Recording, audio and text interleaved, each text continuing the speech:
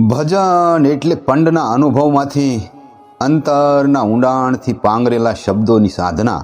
શબ્દ કહાં સે ઉઠત હૈ કહાં જાત સમાય, હાથ પાँव जिनको नहीं उसे कैसे पकड़ो जाए।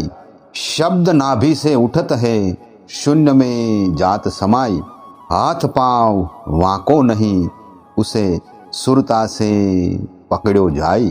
પિંડ અને બ્રહ્માંડ સંતોની વાણીનું કેન્દ્ર બિંદુ છે।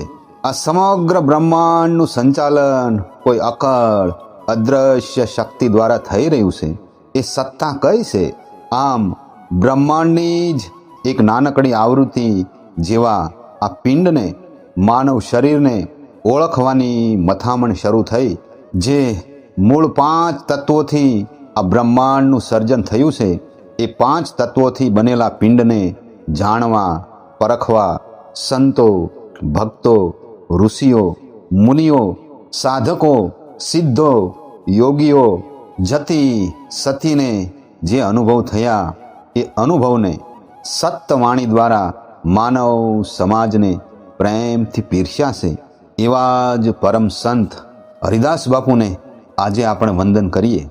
સૌરાષ્ટ્રમાં વાંકાનેર પંથકના ગારિયા મહિકા ગામે મેઘવાળ પિતા ખીમદાસ અને માતા મલુમાના ઘેર સંવત 1939ના આસો સુદ પૂનમના દિવસે સંત હરિદાસનો જન્મ થયેલ।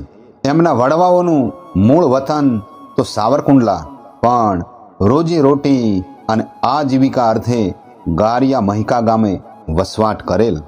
માતા પિતા બંને પોતાનું સ્વકર્મ કરે અને ભજન ભક્તિ કરે, સાધુ સંતોની સેવા કરે। એટલે બાળપણથી જ સાધુ સંતો પ્રત્યે આદર અને પ્રેમ, મનમાં સાધુ થવાના હભરખા, હરિને મેળવવાની તાલાવેલી જાગી। એક દિવસ સંત હરિદાસ યુવાન વયે ઘેરથી ચૂપચાપ નીકળી ગયા। કોઈ એમ પણ કહે છે કે બંને ભાઈઓ સંત હરિદાસ અને રૂપદાસ હિંગળાજની યાત્રાએ જાય છે। યાત્રામાં સંત લોહલંગરી મહારાજની જમાતના સાધુ સંન્યાસીઓનો મિલાપ થયો, ભજન સત્સંગ થયા। આમ 8-9 વર્ષ સુધી સાધુ સંન્યાસીઓ સાથે તીર્થયાત્રા કરી ઘેર પરત આવ્યા, પણ મનમાં પાછા તીર્થયાત્રા કરવાના કોડ જાગ્યા। એક દિવસ પિતા ખીમદાસને કહે કે પિતાજી, ગામમાં હવે મન લાગતું નથી, ચાલો ને તીર્થયાત્રા કરવા જઈએ। આમ એક સંઘમાં સહકુટુંબ તીર્થયાત્રાએ નીકળ્યા।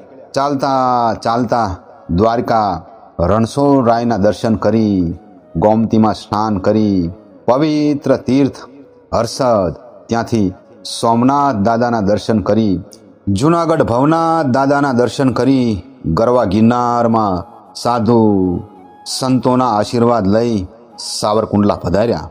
તીર્થયાત્રા દરમિયાન સંત કબીર સાહેબની ધારાના સંત ભીમદાસજી રાજપૂતનો મિલાપ થયો। સત્સંગ ભજન થયા, મન અને દિલમાં શાંતિનો અનુભવ થયો। એટલે સંત ભીમદાસજીને ગુરુ તરીકે હૃદયમાં સ્થાન આપી તેમના શિષ્ય થયા। આમ સોરઠમાં ફરતા ફરતા સહકુટુંબ ચાવંડ ગામે વસવાટ કરે છે। ટુકડો ત્યાં હરી ટુકડો।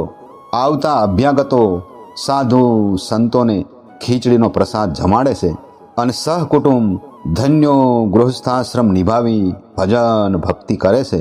સંસારમાં તેમને મોરારદાસ નામે એક પુત્ર હતા।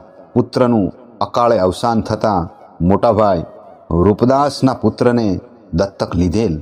સંત હરિદાસ બાપુની વાણી જોઈએ તો 5-25 ને પરહરી તમે મોક્ષ મુક્તિમાં માનો, કામદેવને કબજે કરી તમે હળવે શ્વાસે હાલો, સાધુ કોઈ સત લોકમાં હાલો, હાલો રે કોઈ અમર લોકમાં હાલો। બધા દરવાજા બંધ કરી તમે ખડકી શૂન્યની ખોલો, શૂન્ય ચડો ત્યારે સુરતા રાખો, પછી સોહમમાં કોઈ હાલો, સાધુ કોઈ સત લોકમાં હાલો, હાલો રે કોઈ અમર લોકમાં હાલો। શૂન્ય મંડળમાં શોભા સારી, હજુરમાં કોઈ હાલો, વાજા વાગે મેઘ ગરજે, ન્યા વિના વરખ ઉજિયારો, સાધુ કોઈ સત લોકમાં હાલો, હાલો રે કોઈ અમર લોકમાં હાલો. જુઓ ને તમે આ બ્રહ્માંડનો, પીઓ મેં સુખમણા પ્યાલો, બહુરૂપી વાં બિરાજે, તેને નિરખીને તમે ન્યારો, સાધુ કોઈ સત લોકમાં હાલો, હાલો રે કોઈ અમર લોકમાં હાલો. સદગુરુએ મને શાન બતાવી, આપે ભયો ઉજિયારો, હરિદાસ કહે ભીમના ચરણા, મેં દેખ્યો દશમો દ્વારો, સાધુ કોઈ સત લોકમાં હાલો, હાલો રે કોઈ અમર લોકમાં હાલો, હાલો રે કોઈ અમર લોકમાં હાલો. આમ આવી ઉત્તમ કોટીની અનેક રચનાઓના રચયિતા સંત હરિદાસ બાપુએ સંમત 2008ના શ્રાવણ વદ 11ના દિવસે ચાવંડ ગામે મહાપ્રયાણ કર્યું અને ભગવાનમાં ભળી ગયા. અનેક ભાવિક ભક્તોને સતનો માર્ગ દેખાડનાર પરમ સંત હરિદાસ બાપુને આજે આપણે ભાવથી વંદન કરીએ.